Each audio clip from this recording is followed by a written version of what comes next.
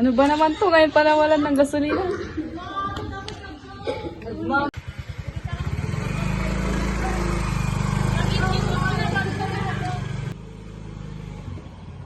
Anong nangyari, kaibigan?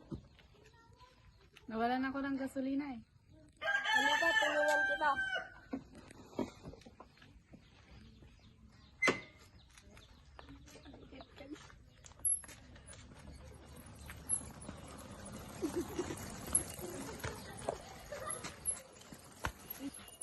Paano ba yan? Nadala na kita sa gasolinahan. Maraming salamat, kaibigan. Sige, paalam. Man, dito ko na sa petrol. Mas mura na, mas maganda pa ang kwalidad. Sandali, tatawagan ko lang kaibigan ko. Brian, saan maganda magpagas? Siyempre, doon ka na sa mas mura, mas kalidad, at walang halong tubig. Doon ka na sa Phoenix.